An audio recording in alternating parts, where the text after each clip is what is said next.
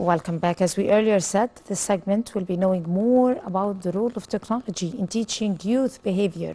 The trend towards technology-enhanced classrooms has grown rapidly over the past 5 years, and students are becoming more tech or towards technology as classrooms across the country becoming wired.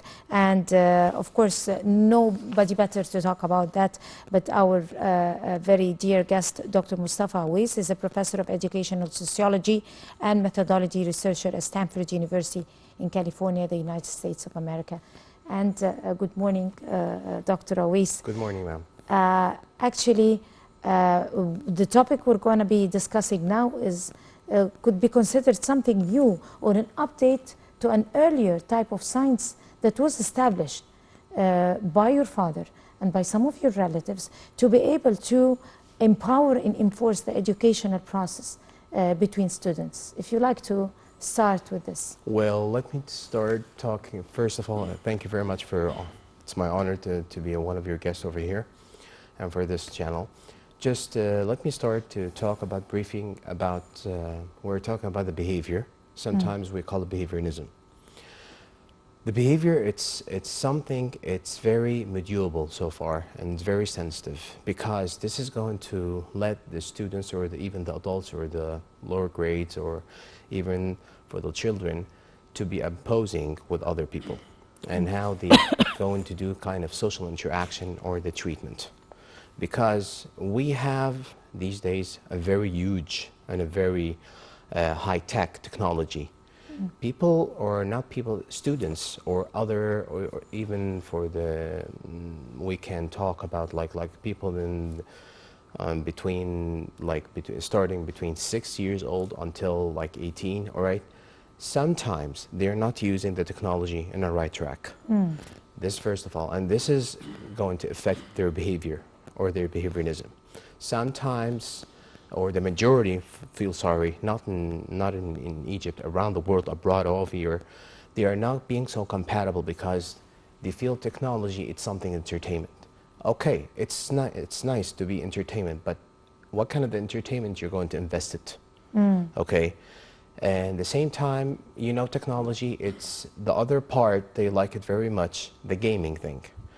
Sometimes the gaming is good, but the majority of the time, if they're going to do it more than 1 hour, it's not compatible, it's not good, and it's going to be doing kind of infection in their nerve system, and this is observe a very negative behavior. This is the reason all the parents, all the people, they have kids until between 6 or even lower, until 18, 25, they have to follow their kids. They have to follow the students, even the professors at the universities or even around the world, okay? They have to follow what kind of timing or the scheduling they're going to use the technology. Technology is very useful, but not all of the time. And it depends about how they're going to invest it, how they're going to approach it, okay? Because the most important factor over here, people don't have the culturalism about understanding about what is monitoring and coaching and supporting looks like what. We have many programs, but when you establish it, it's not establishing or approaching the right track. Okay? Right. You talked about monitoring and coaching and supporting. And these are very important three steps. But experiences have proved that monitoring is useless when it comes to the age or the era, the momentum we're living in. I mean, it's useless. You can never be able to monitor a kid when it comes to social media, because if you monitor him in school, you won't be able to monitor him when he's staying inside his room. You won't be able to monitor him at in a later age when he's 17 or something. This is a very tricky. If you like to elaborate over this monitoring thing. Okay, this is a very tricky questioning. When you're monitoring someone, even when you do something in your life, in your lifestyle, when you do kind of monitoring, the monitoring, you have something that's called routine. Routining. Sometimes they call it routinish, okay, in the States. Because they're converting the word as a verb, adjective to the verb. But the routine should be upgrading, or you have to change something for your routine every day. Like Very simple. Shakespeare mentioned change is very good, but it's not easy. It's not easy to upgrade, to do the next step, to go to the higher step. Okay? Means that you have to make yourself challenge. For individuality and other people with the grouping, you have to do kind of a very powerful and empowering motivation. Part of this motivation, it's going to upgrading your routine, means that you're scheduling every day, it's not going to be the same. Because if you're going to do the same, you're going to be bored. And this boarding, okay, it's going to transfer to the kid or to the many students or even to your kid in your house. Okay? Because when your kid's seeing you to do something that, like, you're organizing something, you're cleaning something, you're just knocking the door before you enter to any one of those doors, okay, all right, you're trying to support him and put him on the right track as you teaching him or instruct him to be ethical, not a positive behavior, because there is a difference between positive behavior and ethical, okay? He's going to be a civilite, not uncivilized. Okay, we have kind of students, not even in Egypt, around the world, they have an issue in their behavior about the language, the linguistics, the way they... Exactly, I was just going to say that. And the way they're using their stylistics, their pragmatics. It's not civilized. Okay, the way that you have to correct it, or monitoring that, or supporting that, or you're coaching that, you have to follow their behavior and what kind of the program. Even if you have a lot of programs you're going to follow it, you can create a program. It depends about what kind of the food he likes, what kind of the gaming he likes. Gaming, it's useful for him for his critical thinking, scientific thinking, philosophical thinking. But what kind of the gaming it's going to be useful for, to put him in the right track, to let his behavior or her behavior to be a positive, not a negative. In the same time, you're teaching your kid, you're teaching many students, even when you're going to be in a lecture room or tutorial and telling something, one of your core subject, okay, not as it is to go to follow the same thing on the book. No, you have to do kind of entertainment or storytelling to tell them, because the way that you're trying to use your discourse analysis, okay, it's very important to do something is really issue, to be attractable. Okay, because when he's going to attract you as a lecturer, as a professor, as a monitoring, as a psychologist, or many jobs, or as a parent. Or as a parent, okay, and you're upgrading the storytelling every day, you're doing kind of, you're using part of your communication skills like face expression, eye contact, body language, biomechanical stuff, and you're upgrading and you're doing, changing every day, he's going to be attachable to you and he's going to imitate you. Right. But can I get in here, if you can allow me? This could be working, or it could be valid for a certain age range. I mean, until, for example, 10 years old or 11. But after that, when they start to grow up and become teenagers, there is an age gap between parents or between... Well, some people, experts, maybe they could cope with that. This is one of But parents have a problem with that because of the age gap. They can't communicate the same language. They can't communicate with the same ideas and the same communities and, you know, group of friends. He always considers his group of friends from teenagers, they're doing the right thing. When you try to coach them, sometimes they do not receive it the right way. You know, those type of differences. Precisely, so in this situation, what is supposed to be done? Precisely, I'm with you on all the words that you mentioned right now. Talking as a parent, yes, not as a coach. Yes. The most important factor and the full of problems, what's happening between the parents or the mothers or the fathers with their kids, they don't have time for consultation. When you sit with your parent, when you sit with your kid, just regular talking, okay?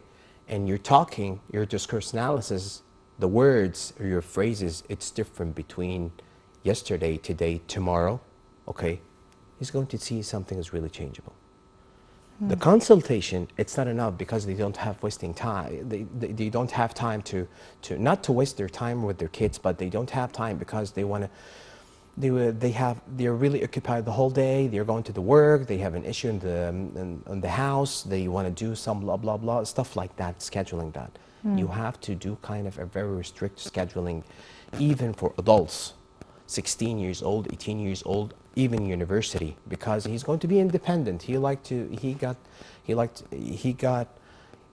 his or her own room, but in the same time, you have to follow what kind of the behavior or what kind of the moves that he's doing, what kind of the relationship with his friends, okay? Not to spying on him, but at least open the discussion. Try to be very friendly. In the same time, you can be restrict. You can do kind of punishment, or you can do something that's called grounding, okay? Without hitting, without yelling. Because yelling, it's a purpose for a very negative behavior for the kids, or even for the adults, for between 16, 18, 20, 25, something like that, okay? Because they feel that the mother and the parents, they haven't, like old schools for thinking, stuff like that. No, you have to be compatible with the technology, you have to be compatible with what they like. You have to go with them every day, not every week, to do kind of entertainment, open talking, several things. Okay, even with the sensitive talks with the girls, like mother to the girl, father to the son, something like that. They're friendly, not friendly, that to be cool. Okay, it's nice to be cool, not all of the time. Okay.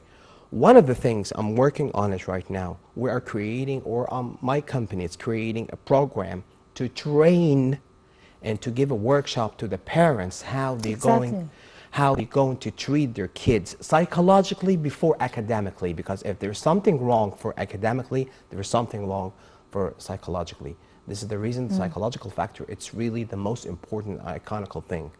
That's what I'm talking about.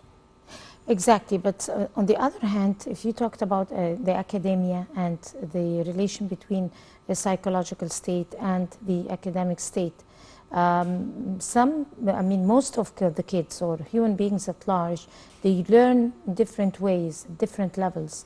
I mean, some would excel in something, others won't, but that doesn't seem to be clear to some teachers or some schools. Because they would, judge the students on only one scale. So do you have a program for that, for the teachers and the students? Precisely, because we have a problem that to set awareness about that. The message for to be an educator, okay, they don't have, they are not taking their satisfaction as educators, is first of all. They don't wasting time, or they don't like to waste their time for going through the kids, because to be a teacher or to be a professor, to be a doctor, to be an instructor, it's not enough to give just the scientific thinking about the course subject then going away. No, you have to follow, you have to see the reaction, you have to follow the careness.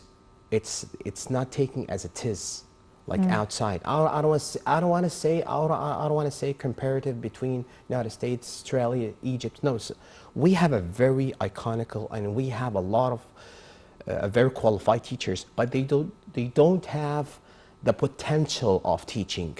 Okay, teaching, it's something that's gifted. At the same time, it's part of psychological before you mentioned it's academically states on it. Okay, teaching, to turn it teaching as an entertainment, it's not an easy job. In the same time, and the first step is going to be a little bit easy. It's going to be a little bit harder, but it's going to be easier because you're upgrading your routine, the way that you're going through your teaching methodology. We need that. We need to even a training program for the whole teachers, for the whole instructors, for the whole even professor around Egypt, to do something monitoring or supporting and coaching like that before we're going to the students, or even before we're going to the kids. Great. So going back to the technology or technological part, I mean, you're mainly depending on technology to upgrade the behavior of, the young people. Yes. Let us not talk about only children or kids or teenagers, young people at large. So talk to us about the pros and cons of technology. How can we make the best use of it to the best interest of those young people? Because like I said, the age gap is, it is like a barrier between, if I'm applying a program that is aiming at upgrading the behavior of my son or my daughter, then I still have to depend on something besides technology, not only technology. Okay, let me tell you part of my experience, what I'm doing with my students, especially in Egypt, especially at part of sort of a couple of universities like Must, Future, EUC, okay, that the material I'm using, or for sure for any kind of course syllabus you're using, okay, you're not supposed to use the whole book. At the same time, because they get bored as a routine. At the same time, you have to give them kind of appreciation about their feelings and emotion, because emotion intelligence is a very important factor when you teach a subject, okay? And when you start to teach him something like a research method at the first time, to be independent for quizzing, or for like he's going to do kind of presenting himself using the technology for a keynote or PowerPoint, okay? If something happens, something wrong front you or front his colleague or front his friends and the other students, okay? You're not supposed to be against him. You have to consult him, not front him, between you and him, or between you and her, okay? So there's the sense of privacy. Yes, privately, okay? Because you have to guide him to put him on the right track on the technology thing. Okay, let him play the game. Give him a laptop, devices, stuff like that. But what kind of the technology he's going to use? What kind of the gaming that he's going to use? He got the right. He's supposed to enjoy his age. Okay, live his life. But what kind of the enjoying looks like what? This is the reason, the most important factor over here, or the monitoring here, the parents. This is the reason, one of the thing. The program that I'm going to approach it, I did it before, but I'm going to do it again, okay, training the parents how they're going through, or workshopping with the parents how they're going to throw their kids or even the adults, okay. Technology is very useful, but not all of the time. Of course. Two-sided weapon. Yes, it's a very, very, very dangerous weapon. Right. On that note, of course, Dr. Mostafa Ewees, Professor of Education and Sociology and Methodology, researcher, Stanford University in California. I would like to thank you so much. Thank you very much. It's my honor, ma'am. Thank you very much. Really appreciate it. And all the best to you. Thank you very much. And I guess that would bring us to the end of this edition of the Breakfast Show for this morning. And you have a beautiful day until we see you again tomorrow morning.